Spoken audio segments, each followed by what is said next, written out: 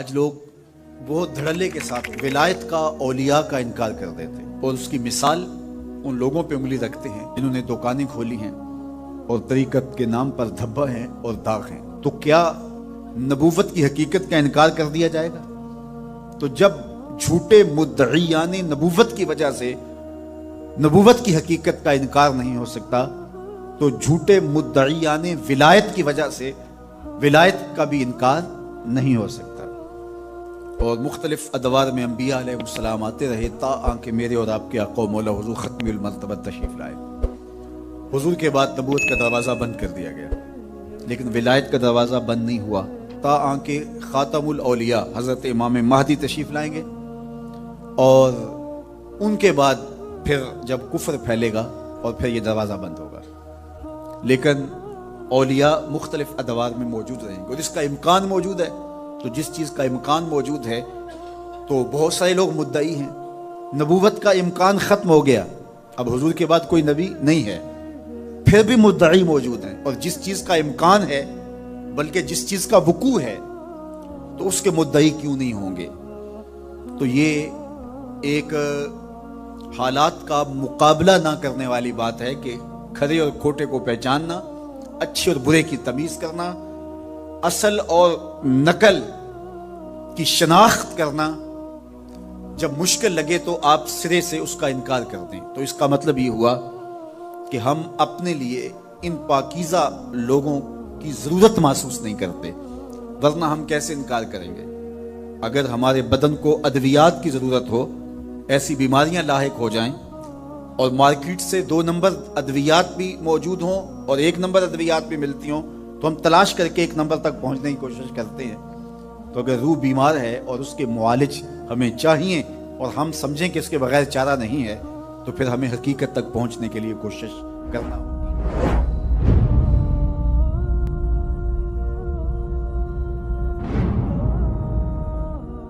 क्या ताकत थी, क्या आवाज थी कि ऐसे अस्वद व अहमर भागे हुए चले आ रहे हैं। वो कड़का था एक बिजली का, या कि सौते हादी अरब की जमीन जिसने सारी हिला दी।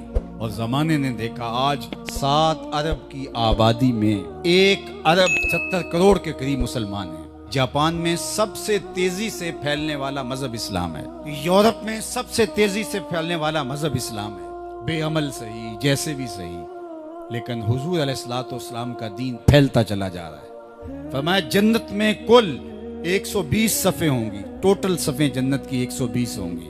40 सफ़े आदम अलैहिस्सलाम से लेके हज़रत ईसा अलैहिस्सलाम तक तमाम नबियों की उम्मतों की होंगी। 80 सफ़े सिर्फ मेरी उम्मत की होंगी। ये है हुजूर अलैहिस्सलाम के पैगाम की आफाकियत। जिधर देखो हुजूर के दीवाने दिखाई देते हैं। अल्लाह हमें तौफीक अमल दे।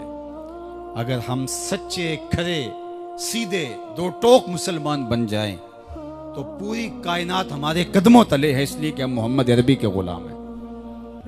हुजूर की वजह से कुफर मिटा और हुजूर की जिम्मेदारियों में शामिल इस्लाम का गलबा करना। हुवल्लज़ी अरसला रसूलहु बिल हुदा व दीनिल हक़ लियुज़हिरहु अलद्दीन कुल्लिह। हुजूर अलैहिस्सलाम के दीन को तमाम अदियान पर गालिब करना हुजूर अलैहिस्सलाम का दिया हुआ दीन और पैगाम है।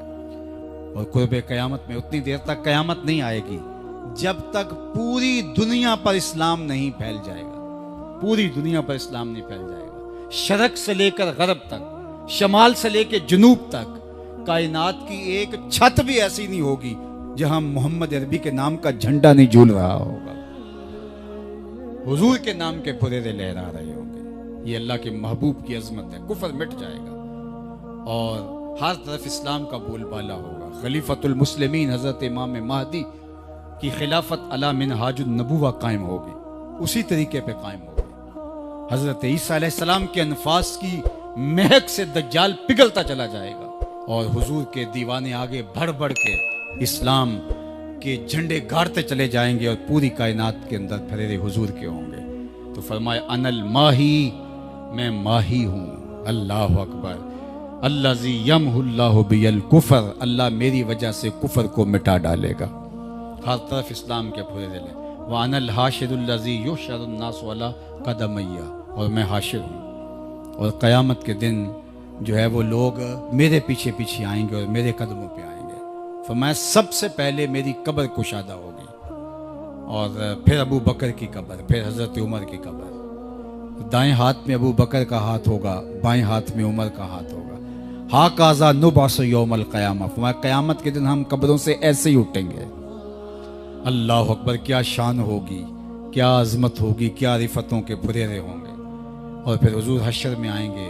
अल्लाह अकबर, फिर हशर में हुजूर का आना और फिर लोगों की पनाह बनना, लोगों के लिए अमान बनना। पेश हक मुजदा शफात का सुनाते जाएंगे, आप रोते जाएंगे, हमको हंसाते जाएंगे। वुसअतें दी हैं खुदा ने दामने महबूब को, जुर्म खुलते जाएंगे और वो छुपाते जाएंगे। वह अनल आकिबुल्लज़ी लैसा बादहू नबीयुन, और मैं आकिब हूँ। आकिब और आकिब वो होता है जिसके बाद कोई नबी नहीं होता। बस खुदा बर मा शरीयत ख़त्म कर, बर रसूल मा रिसालत ख़त्म कर। अल्लाह ने हुजूर के बाद नबूवत का दरवाज़ा बंद कर दिया। अब किसी नबी के आने की ज़रूरत नहीं। तमाम अम्बिया की सफ़ात के जामे हुजूर अलैहिस्सलाम की ज़ात सतूदा सिफ़ात है। हुस्न यूसुफ दमे ईसा यद बैज़ादारी, आंचे खूबा हमा दारन तू तन्हा दारी। जो मुख्तलिफ अंबिया के अंदर कमालात मौजूद हैं, वो सारे एक पैकेज में देखने हो तो मोहम्मद अरबी की चौखट पे आ जाओ। यहाँ तुम्हें कमाल भी नजर आएगा, जमाल भी नजर आएगा, जूदो नवाल भी नजर आएगा, यहाँ हुस्न भी नजर आएगा, हिल्म भी नजर आएगा, इल्म भी नजर आएगा, शानो शौकत भी नजर आएगी, रहमत भी नजर आएगी, और यहाँ हाथ में तलवार पकड़े नबी जिहाद फरमाता हुआ भी दिखाई देगा। सारी शाने एक पैकर के अंदर, एक वजूद के अंदर जो है वो जमा कर। ये फरिश्ते किस मामले में बहस कर रहे हैं? तो मैंने कहा ला अदरी, मुझे इसका इदराक नहीं कि वो क्या कह रहे हैं। तो फिर अल्लाह ने अपना दस्ते कुदरत मेरे दो कंधों के दरमियान रखा।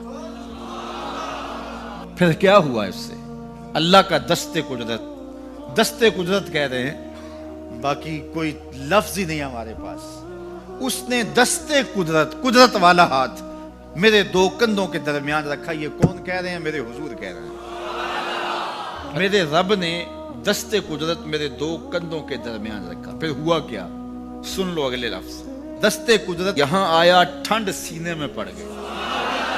फ़अलिम तो माफिस समावात वल अर्द, जमीन और आसमान में जो कुछ था अल्लाह ने सबका इल्म मुझे अता कर। सीने में नूर आ गया, सीने में इल्म आ गया। कायनात की कोई शय ऐसी नहीं है जो हुजूर अलैहिस्सलाम ना जानते हो। और फिर कहां तक इल्म आया ये हुजूर से पूछिए। फरमाया कुर्ब कयामत में जब दज्जाल आएगा तो मेरे गुलाम उसके मुकाबले के लिए निकलेंगे। दज्जाल कब आएगा अल्लाह जानता है। 1400 साल इस बात को बताए हुए हो गए। कहा कुर्बे कयामत में दज्जाल आएगा, मेरे गुलाम उसके मुकाबले में निकलेंगे। इन्नी लआरिफु अस्माअहुम, मैं अपने उन गुलामों के नामों को जानता हूं। कब? जो कुर्बे कयामत में आएंगे। मैं आपके नामों को नहीं जानता। आप 2-2 साल, 4-4 साल, 5-5 साल से मेरे पीछे जुम्मतुल मुबारक पढ़ रहे हैं। शक्लों को पहचानता हूं, नामों को नहीं जानता। कई लोग बड़े शौक से कहते हैं जनाब वो नजीर साहब, नदीम साहब, फलां साहब, वो आपके, मैं कहता हूं तस्वीर दिखाओगे तो मैं पहचानूंगा। तो इतने लोगों के नाम में याद नहीं रखता। तो जब मैं आपके नाम नहीं जानता जो हर जुम्मतुल मुबारक को यहाँ आते हैं, तो जहाँ 2 महीने के बाद 10 से कुरान देने जाता हूँ, तो वहां के लोगों के नाम कैसे जानूंगा? और फिर जो सोशल मीडिया पे सुनते हैं और मैं उनको देखा भी नहीं, उनके नाम कैसे जानूंगा? और मेरे हुजूर क्या कह रहे हैं कि कुर्बे कयामत में जो दज्जाल आने वाला है और मेरे गुलाम जो उसके मुकाबले में निकलेंगे, मैं उन गुलामों के नामों को जानता हूं। बात खत्म यहां नहीं हुई। यहां खत्म हो जाती फिर भी काफी था, लेकिन मेरे हुजूर ने आगे भी बात फरमाई। वह अस्मा आबाइहिम, उनके बापों के नामों को भी जानता हूं। उनके बापों के नामों को भी। कहानी खत्म नहीं हुई, बात आगे फरमाई। वह अलवाना खुयूलेहिम, जिन घोड़ों पे चढ़ के जिहाद करेंगे, मैं मोहम्मद उन घोड़ों के रंगों को भी जानता हूं। कौन सा गुलाम, किसका बेटा, किस कबीले का फर्द, किस रंग के घोड़े पे बैठ के जिहाद करेगा? कहा मैं सब जानता हूं। ये क्यों जानते हैं? दस्ते कुदरत हुजूर के कंधों पे आया। वो कहता है अर्रहमान अल्लमल कुरान, ये तलमीज़ रहमान है, मैंने पढ़ाया है। तो जब उसने पढ़ाया है तो फिर कोई शय मख्फी, महबूब से कोई शय पोशीदा नहीं रखी। और आला हजरत फरमाते हैं कोई निशानी बाकी रह गई जब रुख से निकाब भी उलट दिया, जब रब ने अपना आप भी नहीं छुपाया तो फिर कोई शय बाकी पीछे रह गई। ले नूरियाहू मिन आयातिना, उसने अपनी कुदरत की निशानियां